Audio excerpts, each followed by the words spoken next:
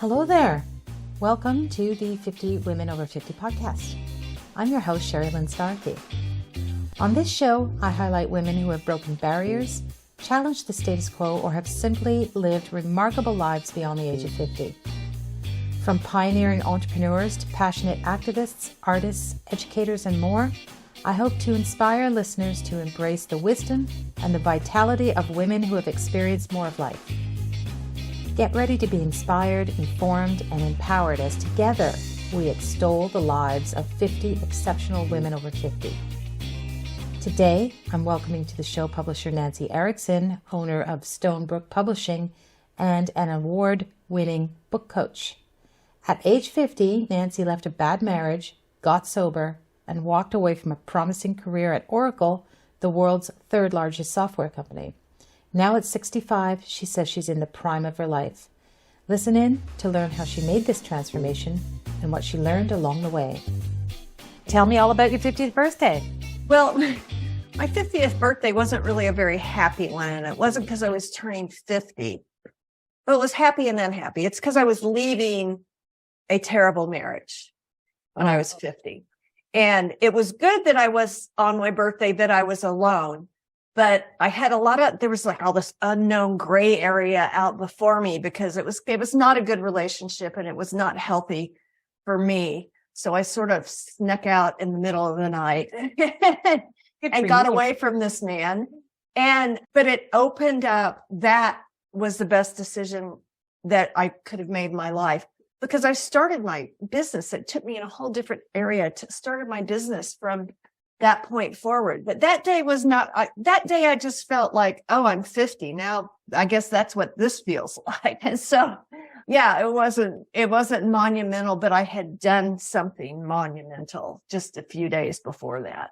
Yeah. So was hitting that whole 50 milestone, like, did that contribute to your decision that I got to cut bait now? I got to make a change? I don't know. It's interesting that I don't really think it had anything to do with turning 50. I think it had everything to do with having had enough of a very, not very nice person. So, right. But it was scary because at that time I thought 50 was old. Yes. Now that I'm turning 65 this month, I don't think 50 sounds so old. And I can look at that in retrospect. And it's a little bit of a hard decade for me because I was starting over. But I didn't know what I was stepping into. Yeah. But as it turned out, it's just been so wonderful. Everything from 50 on has been really amazing in my life. This is one of the things that I've been learning through this process, these interviews, is that everyone's surprised about how their 50s are more about opportunity than they are about the end of something. And like you, it wasn't a marriage for me. I'm lucky. I'm happily married, but I was in a job that I hated. Yeah. And I'm in the PR business, and that's a young person's business. And I wanted to quit that job, but I thought, if I quit, I'm so old. Who's going to hire me? What's going to happen? Blah, blah, blah. So I stayed in another 3 or 4 years after that, hating every single minute of it. That's a terrible way to live, too. Lo and behold, I walk out of the job and opportunity just opened everywhere. Yeah. You're like, why did I stay so long? Yeah. But I agree with you that that's such a great decade for opportunity because you're usually in really good health, because 50 isn't like what 50 was with my grandparents. Yeah. People have been eating well and working out and exercising and keeping their brains sharp, and women are working and we can provide for ourselves. And also it is a great decade for opportunity. Yeah. We have a lot of reinvention points in our life as women. And when you go through the empty nest transition, there's a lot of opportunity there. Now, I was young. Both of my kids were away at college by the time I was 44. Mm-hmm. So I'd had a few years where I could kind of figure out who am I as a person on my own without mothering others. But I found that turning 50, where I thought it was going to be maybe a gloom and doom thing, turned out to be like I opened the door and I was in Oz. Everything was like bright colors and all sorts of new things, new people, new opportunities coming my way. Such a happy story. So you were just turned 50, left a bad marriage and decided to go into business. Tell me about that. Yeah. Well, my original career had been with high tech. I was a systems engineer with IBM and had worked at Oracle corporations. And so anyway, I wanted to kind of like you, I made a change and I wanted to go into publishing. So I went back to school when I was 48 and got a master's degree. And I graduated when I was 50. And then I started my publishing house, Stonebrook Publishing. We published nonfiction books. And then shortly after that, I started another book-related business called The Book Professor, where we help people write what we call high-impact nonfiction books. But it was that decade just was a new decade of growth, and women have so much to offer at different points in our lives. I mean, I think that women maybe need to calm down a little bit during their childbearing years and maybe focus on family and jobs and all, but we have so many years after that to be really productive, creative. You kind of get to a point where you don't really care what other people are thinking or saying about you, right? And it's a new freedom. It really is a new freedom. It certainly is. So you started your publishing business. Yes. So what did that look like? Is it bricks and mortar business or a virtual business? Well, it's never been bricks and mortar. I mean, I have a staff, but we've always worked remotely. They're scattered throughout the country. I mean, we've got editors and designers and proofreaders and layout artists and all those kind of things. I went from high tech to publishing. And so in between there, I mentioned I went back to school and I got a master's degree in writing. And so that's all I ever wanted to do anyway. So anyway, the first book we published was written by a Holocaust survivor who'd gone to school with Anne Frank. Okay. And we ended up doing the book release at their school in Amsterdam. Okay. And so that was just an amazing experience. And then shortly after that, we published another book, and I do strictly nonfiction. We published another book and we got back cover endorsements for that book from Sir Paul McCartney and Cindy Crawford. And so I was like, oh my gosh, I guess I know what I'm doing because things are going well, but there was a problem. And it was that we were getting so many manuscripts that had the seed of what we were looking for, which was material that would either change lives or save lives or transform society. But they were so poorly written that we couldn't do anything with them. We couldn't edit our way out of these manuscripts. I was like, we have a lot of problems in our world and it's hard to even name them anymore, much less solve them. Yeah. But I really believe that the answers are trapped inside people like you, and that when you simply tell your story and what you've discovered, what you've been through, what you've overcome, what you've developed, that you become the source of two things that people can't live without. And those two things are hope and help.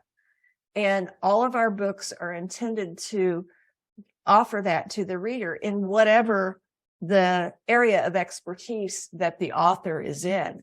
And so a lot of them are business books, but there's another type of book that I'm particularly fond of that we do, and I call them overcomer books. It's stories about how people have overcome things and come out on the other side, and they just kind of want to reach back and give others a helping hand.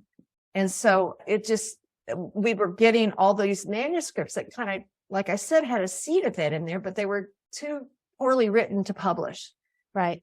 So I took a step back and I didn't publish anything for a year. And during that year, I wrote this step by step process to take everyday people, just from their idea all the way through to having a finished, professionally produced book on the market. So flashback to when I turned 50 and I'm leaving this husband who, by the way, the final straw was when the FBI came and raided for child pornography. Oh my God.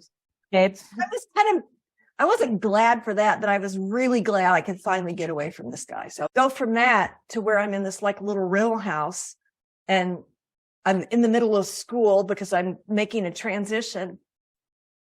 and I don't know what's coming. I don't have any idea what's ahead in my life at all. And I didn't know that when you're in a troubled kind of situation that you can walk out of it into something better, and just getting up every day and showing up. I think about 90% of life is showing up, and just walking day by day out of that situation. God brings you opportunities. I mean, and just when you just follow the things that you're interested in, it's amazing where it can lead. I mean, we've published tons of books, and I have all these relationships with all these fabulous clients and authors. I am married again to an absolutely wonderful man. I can't think of anybody that I respect or like more than him. Mm-hmm. And when I felt such despair at 50, now at 65, I just feel like I'm in the prime of my life. Really? That's excellent. Because a lot of people are thinking about retiring at 65. Yeah, you could think about that if you wanted to, but I don't know what I do. But I have it worked out though too. I used to work like all the time. I only work 3 days a week, and my staff is trained enough to pick up. It just runs now. So okay. And where do you sell your books? Well, their books are sold wherever books are sold, in Amazon and Barnes and Noble, et cetera. We're a full service publishing house. Okay. And so wherever you get any other books, you'll find the books we publish as well. And is it in Canada as well as the US, or? Yeah. Mm-hmm. Okay. Good to know. It's Amazon.ca for you guys. Yeah. It sure is. It sure is. What advice would you give your 30-year-old self? I think it would be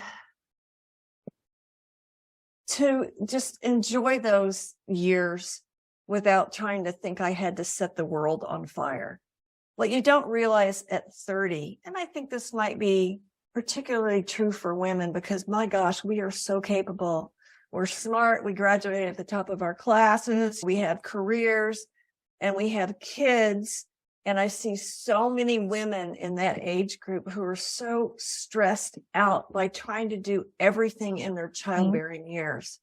And trust me, I've got daughters, and especially my youngest daughter. She's a physician, and she's running this huge medical complex in Nashville and has 4 kids. And I'm like, oh my gosh, how do you ever get to sleep at night? But I think and she's very capable. Women are so capable. Indeed. But I think that for me, my mind was trying to take me into the future, and it wasn't time for that yet. Yeah. So I think I would just kind of say, chillax a little bit. And those cute little kids are going to make you a grandmother someday, and you're going to wonder where your own babies went. So. Oh, 100%. 100%. I totally hear you on this. You spend your 30s, and well, for me, it was my 20s and 30s. So it was just always trying to achieve, right? Like just trying to prove yourself. Yeah. Hey, I'm this modern woman, and I just try to prove that we're smart. Well, people already know you're intelligent and capable. And it's just, and I think men go through the same kind of thing, we're all trying to put our stake in the ground, but I don't know. I just think it doesn't have to be so frenetic. I think you can enjoy life a little bit. You don't really understand the concept of taking your time when you're young. It's something that you learn with experience, but taking your time. Yeah. What are you doing for fun then? You're only working 3 days a week. What are you doing the other 2? Well, I do a lot of gardening this time of year. We have a new puppy. That's a lot of fun. I have 6 grandchildren. None of them live in town, but 4 of them are a 5-hour drive from me. So I get on the road quite a bit. My other ones are in Seattle, so it's a long flight, but I read a lot. So. Oh, I bet you do. Yeah. And also my mom lives about a mile from us, and she's 90, and I spend a lot of time with her. Yeah. Okay. Nice. Nice. And where do you see yourself in 10 years? That's a really good question. So in 10 years, I'll be 75. I hope I'm still doing what I'm doing at least a couple of days a week, because I love it. I just would like to continue to use my gifts in this way, because it really is making an impact on other people's lives. Yes. Yes. Well, I agree with you. I think that everybody has a story that they want to tell. I work in PR and our job is about telling stories, but doing this podcast has really taught me how everyone has their own journey. Everyone has a powerful story to tell. Mm-hmm. And I made the commitment to do 50 interviews. And I mean, I could probably do 200 interviews. Yeah. I'm not going to, yeah. But I mean, there's just a lot of women of our age have a lot to say and have a story to tell. And we also have a lot of confidence at this age. It's like, I'm done trying to prove anything to anybody, and I'm really good with myself. And so it's just you just have a lot more to offer. Mm. I think writing your memoirs is a big trend right now, isn't it? Mm-hmm. Yeah, but we don't exactly do them as memoirs. We do it more we organize it in a fashion that it would be something that's really helpful to other people. And but any book that we do, whether it's a business book or any other type of nonfiction book, your story is so central to your message. And we make sure that the reader really gets close to you through their writing. Yeah. Yeah.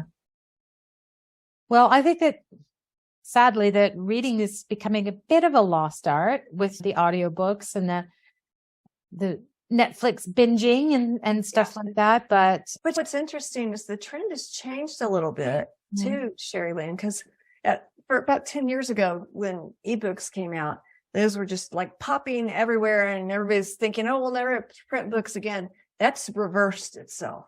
Right. And now more people are wanting that tactile experience of holding, smelling, reading words on a page. Mm-hmm. And of course, audiobooks are highly consumed as well. Yes. I'm an audiobook person. I don't ever read nonfiction because I work with it all the time. Yes. I have over 300 books in my Audible app that I listen to that are fiction. Yes. I just consume it. Yeah. Yeah. I'm the same as you. Like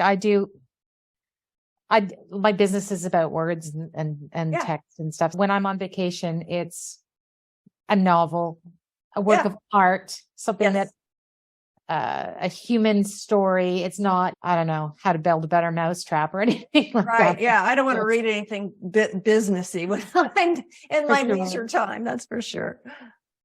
What are you most hopeful about for the future? I'm really hopeful that a lot of people will let their message come out of them, because I think that's what our world needs. And you guys, it's really weird out there right now. It's really weird out there. And I think that the more people who express themselves, that the more people will be helped. And so that's what we're really here to do. I have a lot of hope for the future. I also think that people on our planet and all are really resilient, and that we figure things out. We figure it out. I don't have any reason to panic about anything. And I would hope that we would start being just a little bit kinder to each other as well. Yes. Well, I mean, this thing about human resilience, I totally agree with you about that. The kindness, though, it's a choice, right? People choose to be kind. People are born kind. So we have to choose it, and we have to teach it so that people know to choose it and learn how to do it. What's weird, Sherrilynne, is that I think people are mainly kind. And of course, by this stage of life, that's the kind of people you surround yourself with. Yeah. Where we seem unkind, where I think where kind people present as unkind, is in these social media shouting matches. And I don't know. I stopped engaging in any of that years ago. Okay. All right. Well, it's my business. I'm in it every day. Right. Yeah. Okay. On to the quick round. What are you reading, watching, binging? Well, I'm reading audiobook, listening to this incredible fun book. It's called The Maid. And I don't remember the name of the author, but it is really clever. It's kind of a little whodunit thing, but it is. I read it. I loved it. Did you? I loved it. Oh yeah, I did. I loved it. Oh my gosh, I'm having so much fun with it. Yeah. I can't think of the name of the author yet. I will look it up and put it in the show notes. But I've read a few of hers. And Crows. Yes. Nita Crows. Yeah. It's a great story, actually. It is a fun story. And are you working with any charities or doing any good causes or filling your time and giving back? I work with a lot of people who are in drug and alcohol recovery. I'm a recovered alcoholic and have been sober for 17 years. Oh, very good. So Congratulations. I spend a lot of my time with women who are just coming in and trying to get clean and sober. Yes. Okay. You should listen to my episode 25. Okay. Where I interviewed Carrie Diffin, who is my sister, about her life of sobriety and how it's transformed her life. And she is very committed to her recovery group. And she, much like you, she worked. Yeah. Well, she's saying in the interview that she used to work in the front lines with new members. You're never going to run out of candidates. I know, but you also want to give away what somebody gave to you. And Yes. there was a lot of hand holding with me when I first, and that was all during the time when I was leaving that man. It was like, I was drinking and stuff. So anyway, a lot was going on when I was 50. Yeah. Yeah. Sounds like you figured it all out though. Good for you. Is there an app you can live without? I think it's Audible. I'm pretty much playing stuff when I'm out in the garden and walking the dog and that kind of thing. So my addiction to books is alive and well. And podcasts also available on Audible. Yeah. I forgot about that. Is there an over 50s life hack that you can share with us? Yeah, I think so. I think it's really important to take care of you. And by that, I mean, I'm thinking specifically just about your bodies. You have got to keep moving. You have got to keep strengthening yourself. You have to fuel yourself with good food and healthy supplements and all. We have the opportunity to live for a very, very, very long time, but it's not going to be enjoyable if your body doesn't work. Mm-hmm. So, and the older you get, the more just maintenance there is. You got to go to the dermatologist every year. It's not just your well woman stuff anymore. It's like taking care of your skin and making sure you're hydrated and all. So, yes. And it takes more and more time every year just to take care of myself. And I don't like that, but I think the day that I stop doing it, I'm going to start deteriorating.